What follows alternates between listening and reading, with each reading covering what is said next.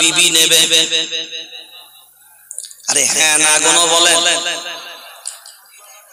ছেলে নেবে, বাপ নেবে, মা নেবে, পরিবার নেবে। জানাজার খাটিয়া যখন সামনে দাঁড় করানো, ওইখানে দাঁড়িয়ে ইমাম সাহেব ঘোষণা দিল, যে মাইয়াতকে সামনে রেখে দাঁড়িয়েছি, চলার পথে যদি ভুল ত্রুটি হয়ে যায় মাফ করে দেবে, আর প্রয়োজনে যদি কখনো ঋণ নিয়ে থাকে সম্ভব হলে আল্লাহর ওয়াস্তে মাফ করবেন, আর সম্ভব না হলে ওনার পরিবারদেরকে বলবেন আপনার ঋণকে পরিশোধ করা হবে। আমি বলছি এক ওয়াক্ত নামাজের দায়িত্ব বিবিও নিল না, বাপও নেবে না, মাও না, সন্তান না, গার্লফ্রেন্ড না, বয়ফ্রেন্ড না, পরিবারও না, কিন্তু বিবেক দিয়ে যদি মূল্যায়ন করি আল্লাহর গোলাম, ধরুন বারখাদা মাদ্রাসা আজ ঈশার নামাজ হয়েছে, বা আপনারাও যারা বিভিন্ন এলাকা থেকে এসেছেন আপনার মসজিদে নামাজ পড়লেন 200 জন মুসল্লি। কয়জন মুসল্লি বললাম? আচ্ছা 200 জন হলে হবে না, একটু বাড়িয়ে বলবো। আচ্ছা 500 জন মুসল্লি, এতেও হবে না, আরো একটু বাড়াবো। আচ্ছা 1000 মুসল্লি, এতে চলবে? 1000 মুসল্লি নামাজ পড়ল আল্লাহর গোলাম, এরপরে নামাজের ভিতরে 1000 মুসল্লির ওয়াজিব ছেড়ে গেল।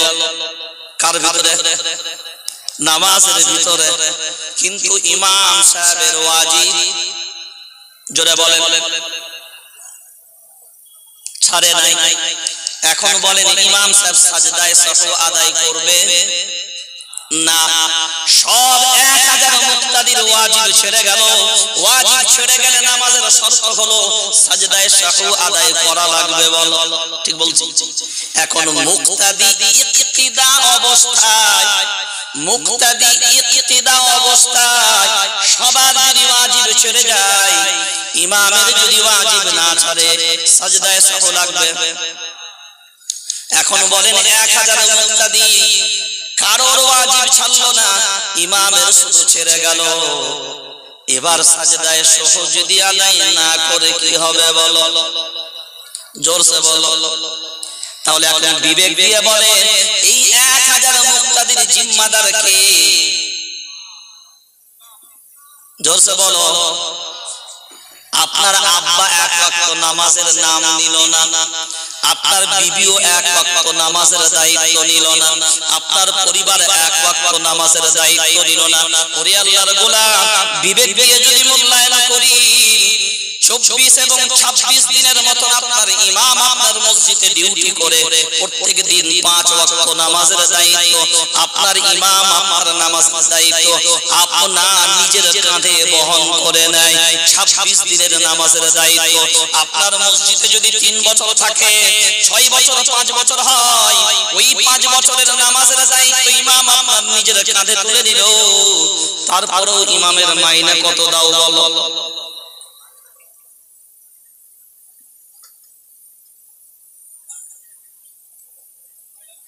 এটা কোন থানা বলা? তমলুক থানার অধিকাংশ ইমামদের মাইনে কত গো?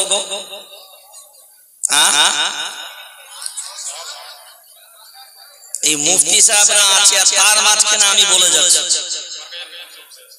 12,000 টাকার কমে যদি ইমামদের মাইনে দেন বর্তমানে, আপনাদের নামাজগুলো হবে না। লজ্জা লাগে না জাতি? তাও মমতা খালা 2,500 টাকা দিচ্ছে, 1,500 টাকা কমিটি ঝেড়ে দিচ্ছে। বিয়ে পড়ানির 500 টাকা, তাও কমিটি ঝেড়েছে 300 টাকা। বিয়ে পড়ানির টাকা, বিয়ে পড়ানির নামে 500 টাকা নিল, 300 টাকা কমিটি ঝেড়ে দিল, 200 টাকা ইমাম। হাই রে আফসোস, যারা এখনো বিয়ে পড়েনি যুবকগুলো, ওই 500 টাকা দিলে বউ বেশি দিন লাস্টিং করবে না, ঝাঁটা পিঠে খেতে হবে। যে যুবকগুলো 500 টাকা দিয়ে বিয়ে পড়াবে, ও বউ বেশি দিন টেকসই করবে না। আর আমি ইমামগণ যদি এসে থাকেন বলে দেবো খুদ ভাই গোলমাল করে দেবে। গাড়ি সাজাবে 7,000, বরের ড্রেসটা হবে 5,000, হ্যাঁ খাওয়াবে 1 ঘর সাজাবে 1.5 লাখ, সব কিছুতে টাকা বেরোল, আর হুজুরকে যে হালাল করলো, ফেসবুকে 6 মাস চ্যাটিং করলেন, বেটা ফিটিং করতে পারেন, সেটিং করতে পারলেন না। সেটিং আর ফিটিং এর দায়িত্ব নাই মোল্লা, কথা বলেন না।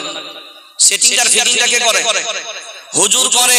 ও যে হারামটাকে হালাল করলো। আমি যখন বিয়ে পড়াতে যাই, কেউ যখন আমাকে বলে হুজুর কোথায় যাচ্ছেন, আমি হালাল করতে, ওরা মনে করে জবাই করছে।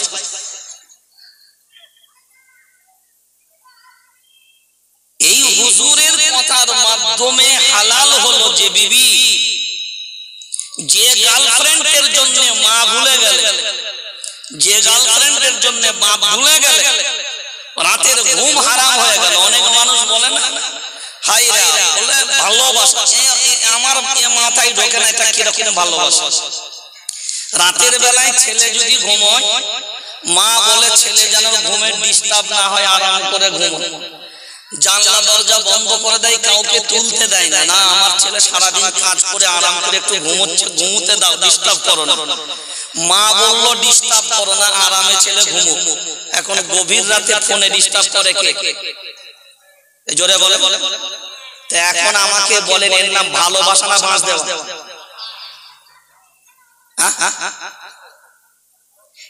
এরা মনে করলো বাহ, এটা তুমি এখনো বুঝতে পারছো না। এখনই যদি তোমার রাতের ঘুম হারাম করে, ও ঘরে আসলে কত কি হারাম হবে হিসাব কর এখন থেকে। এখনো যদি রাতের ঘুম হারাম হয়, ও যখন আসবে কত কি হারাম হবে হিসাব করা শুরু করে।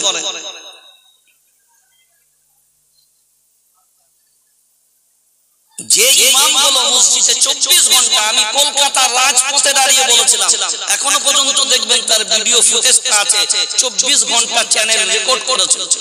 আমি বলেছিলাম যারা লাল বাতির গাড়িতে যে মন্ত্রীগুলো ঘোরে, এমপি বলুন, এমএলএ বলুন, এরা প্রকৃত নেতা নয়। নেতা হলো প্রকৃতপক্ষে আপনার মসজিদের ইমাম। মায়াবী নবী মদিনাওয়ালা বলেছেন, আল ইমামু দামিনুন, ইমামকে তুমি জিম্মাদার বানিয়েছো। আল্লাহ রাসূল ইমামকে জিম্মাদার বানিয়ে দিয়েছে আপনাদের। ওই ইমাম জিম্মাদারি নিয়ে আপনার 1000 লোকের নামাজে ওয়াজিব ছেড়ে গেল, ইমামের সাজদায়ে সাহর প্রয়োজন হলো না। কারণ 1000 মুক্তাদি তোরা ভুল করলেও ইমাম যদি ভুল না করে, আল্লাহ কবুল করবে। একটা গ্রামে যদি 200 ঘরের বাস হয়, 300 ঘরের বাস হয়, প্রত্যেক ফ্যামিলি যদি 100 টাকা করে ইমামের মাইনে হিসাবে বের করে, গায়ে লাগবার কথা। বিড়ি খাবার সময় টাকা বেরোয়, সিগারেট টানার সময় টাকা বেরোয়, ঘুষ দিবার সময় বেরিয়ে যাচ্ছে, আর ইমামকে দেবার সময় তখন কলিজার ভিতর থেকে টাকা বেরোয় না। কারণ কোরআন ওয়ালাদের টাকা দিতে গেলে এক শ্রেণীর মানুষের গায়ে লাগে। তখন তারা বলে, হুজুর তোমরা টাকা নিয়ে কি করবে, আল্লাহর কাছে চাও না? ইমামের ঘরে বলছে আল্লাহর কাছে চাও। তো তোমাদের মত ওই সুদখোর হারামখোরগুলোকে পিছনে মুক্তাদি বানিয়ে চাইলেও তো কবুল হচ্ছে না। যে চেয়ে এলো উপর থেকে, তো ওখানেও তো রাস্তা বন্ধ হয়ে গেছে। এ বুঝতে পারেন নাই? সব তো বন্ধনের বেটারা পিছনে মুক্তাদি।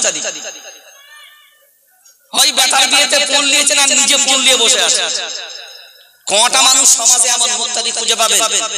আমি বারবার কেন কথাটা বলি, যে আজ আমরা পশ্চিমবঙ্গ রাজ্য জামিয়াতুল আইম্মা ওয়াল উলামার পক্ষ থেকে বলি, প্রত্যেকটা মসজিদে একটা করে প্যাডে যদি লিস্ট টাঙিয়ে দিই 12 দফা দাবি নিয়ে, যে ইমামরা এই দাবি পেশ করবে, তারপরে শর্ত অনুযায়ী মুক্তাদি হবে। দেশের রাষ্ট্রপতি নির্বাচিত হয়, প্রধানমন্ত্রী নির্বাচিত হয়, মুখ্যমন্ত্রী নির্বাচিত হয়, সুপ্রিম কোর্টের প্রধান জজ তিনিও নির্বাচিত হন, হাইকোর্টের জজ তিনিও নির্বাচিত হন, এসপি নির্বাচিত, ডিএসপি নির্বাচিত, অ্যাডিশনাল এসপি নির্বাচিত, ডিসিপি নির্বাচিত, ডিজি নির্বাচিত, আইজি নির্বাচিত, কমিশনার নির্বাচিত, বিডিও নির্বাচিত, পঞ্চায়েত প্রধান নির্বাচিত, এমনকি গ্রাম সদস্য নির্বাচিত, ইমাম পর্যন্ত নির্বাচিত। একটা মসজিদে মাইনে দিবে 5000, অ্যাড দিয়েছে 10000। 5000 মাইনে দিবে, তার আবার ডকুমেন্টস কি বলছে, হাফিজ, ক্বারি, মাওলানা আর মুফতি। মাইনে কত? বলেন লেবে কি লেবে কি মুফতি মুফতি কাদের বলে জানেন আপনারা উকিল বোঝেন উকিল যারা এলএলবি পাস করে একটা যদি সিভিল কোর্ট বা ক্রিমিনাল জজ কোর্ট একটা হয় সিভিল কোর্ট জজ কোর্টের যদি একজন লয়ার দাঁড়ায় একবার দাঁড়াবে 3 মিনিট ফুটানি ঝাড়বে 3 মিনিট কি একবার দাঁড়াবে 3 মিনিট ফুটানি ছাড়বে কত হাজার টাকা সুপ্রিম কোর্টের একজন লয়ার একবার দাঁড়ায় তার ফিক্স হলো 5 লাখ টাকা কত 10 থেকে 15 মিনিট বক্তব্য জানাবে সে বাঁচাবে কোথায় দুনিয়ার অপরাধ থেকে বাঁচাবে তাও চেষ্টা করেও বিফলে যায় আর একজন মুফতি আপনার দুনিয়ার জীবন থেকে নয় কবরের আযাব ও জাহান্নামের আগুন থেকে বাঁচানোর ফর্মুলা কার দাম বেশি নেবেন মুফতি নেবেন আলিম নেবেন হাফিজ নেবেন ক্বারি মাইনে দিবেন 5000 মাইনে দিবেন 6000 মাইনে দিবেন 7000 আমি বিনয়ের সাথে পায়ে ধরে অনুরোধ করে গেলাম আজকের পরে তওবা করে নেন যে মসজিদে আমি বলে যাচ্ছি ও ফতোয়া যদি আমাকে কেউ বলে আমি জবাব দেব নিজের মেয়ে ভালো থাকবে কি করে এ ভাবনা আমার নিজের জামাই ভালো থাকবে কি করে এ ভাবনা আমার নিজের ছেলে ভালো থাকবে কি করে এ ভাবনা আমার তো মসজিদের ইমাম কি করে ভালো থাকবে এ ভাবনা আপনার নয়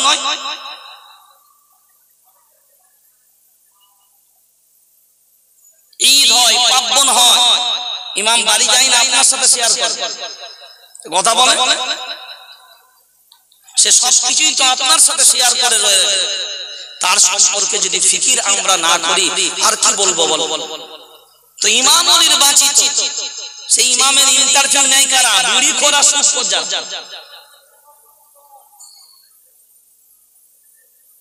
10টা ইমাম সাহেব ইন্টারভিউ দিয়ে গেল বলা শর্টটা যার ভালো হলো ওটা কি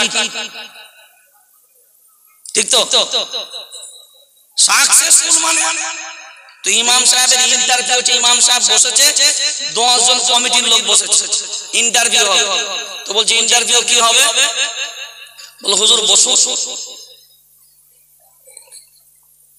তো হুজুর বসেছে কমিটির যে কটা আছে একটাও আলিম এবার বলছে হুজুর একটু পড়ো কি হুজুর একটু পড়ো তো হুজুর বলছুরি বাবা এরা আমার ইন্টারভিউ নেবে বেটা পেটে মারলে একটা আলিম ধরবে তো তাহলে মানুষ তো চালাক লোক তো থাম বলে কি রাত ধরেছে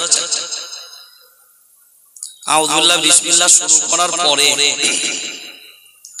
কোরআনের মাঝখান থেকে একটা আয়াত পড়ানো করেছে পড়ে আর তারপর শুরু করেছে যালিকা হিমারুন খিনজিরু এবার শুরু করেছে এখন যখন সুর টানতে শুরু করেছে না গাধা কুত্তা ভেড়া যা ছিল আরবিতে চালিয়ে দিয়ে লাস্টে যখন একটা সুর দিয়ে টেনেছে না তখন প্রেসিডেন্ট পিঠে চাপড়ে আর করতে হবে না হুজুর 10,000 টাকা কামাই বর্তমানে যা চলছে তেমনই চালাতে হবে এটাই তো বর্তমান সমাজে চলছে ভালো আলেম নেবেন ভালো ইমাম যোগ্য ইমামদের নেন যারা কমিটির চামচাগিরি করবে না কারোকে তাকিয়ে কারোর দিকে কারোর চোখে তাকিয়ে কথা বলবে না কোরআন সুন্নাহর আলোতে আল্লাহ যা বলতে বলেছেন তা বলবে সমাজটা সোনার সোহাগায় পরিণত হবে সেই রকম ইমামদেরকেও তো আমরা আনতে চাই না বর্তমানে অনুরোধ করে বলবো অন্তত এগুলো মূল্যায়ন করবেন যাতে করে ইমামদের সম্মান সে জায়গায় থাকে আমি কলকাতার রাজপথে দাঁড়িয়ে যে কথাটা বলেছিলাম আজকে আপনাকে সেটা শেয়ার করছি শুনে রেখে দেন আমি বললাম শুনেন আজ আপনাদের মাঝখানে মনে হয় এমপি নেতা এমএলএ নেতা মন্ত্রী নেতা শুনে রেখে দেন যারা লাল বাতি আর সবুজ বাতির গাড়ি পেয়ে যায় ফোন করলেও ফোন তোলার টাইম নাই কারণ ফোন যখন তখন করতেও পারা যাবে কথা বলে যে নেতা আপনার ঘরের বইতে বসে থাকতো একবার তালাশ করে দেখেন, যখন লাল বাতি আর সবুজ বাতি পেয়ে গেল ওই নেতাকে আর নাগাল পাওয়া যায়? রাত্রি যদি 12টার সময় এমএলএ কে দরকার হয় খুঁজে পাওয়া যাবে? এমপি কে পাওয়া যাবে? আর আমি দায়িত্ব নিয়ে আপনাকে বলছি, আপনার বাড়িতে একটা বাচ্চা রাতের বেলায় এত কাঁদছে পুরো পরিবারটা ঘুমাতে পারেন না, বাড়ির গিন্নি বলল কই গো একটু হুজুরকে ডাক না, কারণ বাচ্চাটা এত কাঁদছে, মানে কোনো সমস্যা হলো কিনা। রাত্রে 2টার সময় সলিমুদ্দিন চাচা মসজিদের ইমাম সাহেবের দরজা শিকল গিয়ে নাড়া দেয়, আসসালামু আলাইকুম। আরে সলিমুদ্দিন ভাই, ওয়া আলাইকুম আসসালাম, কি ব্যাপার এত রাতে?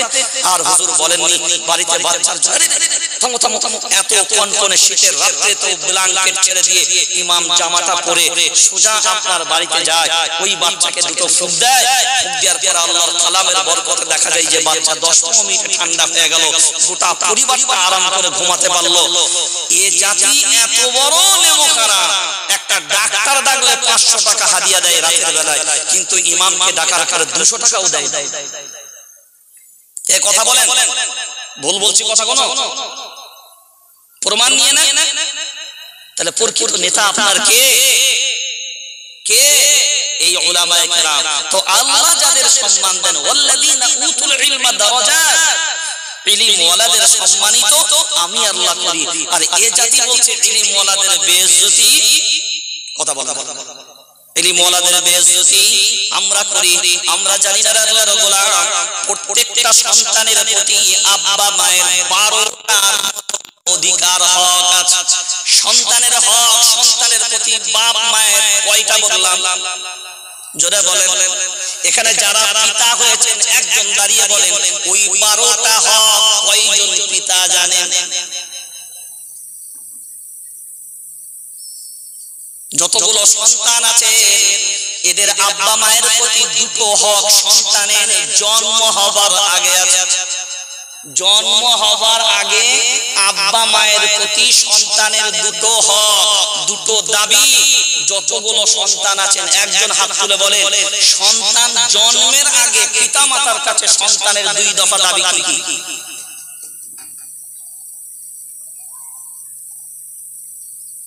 সন্তান তো আমরা সবাই কথা বলে, সন্তান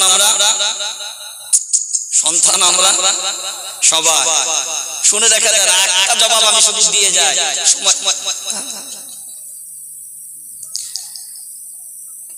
সন্তানের জন্ম হবার আগে সন্তানের দাবি হলো আব্বার কাছে, প্রথম দাবি আব্বার কাছে একটা ভালো মা আমাকে দিও।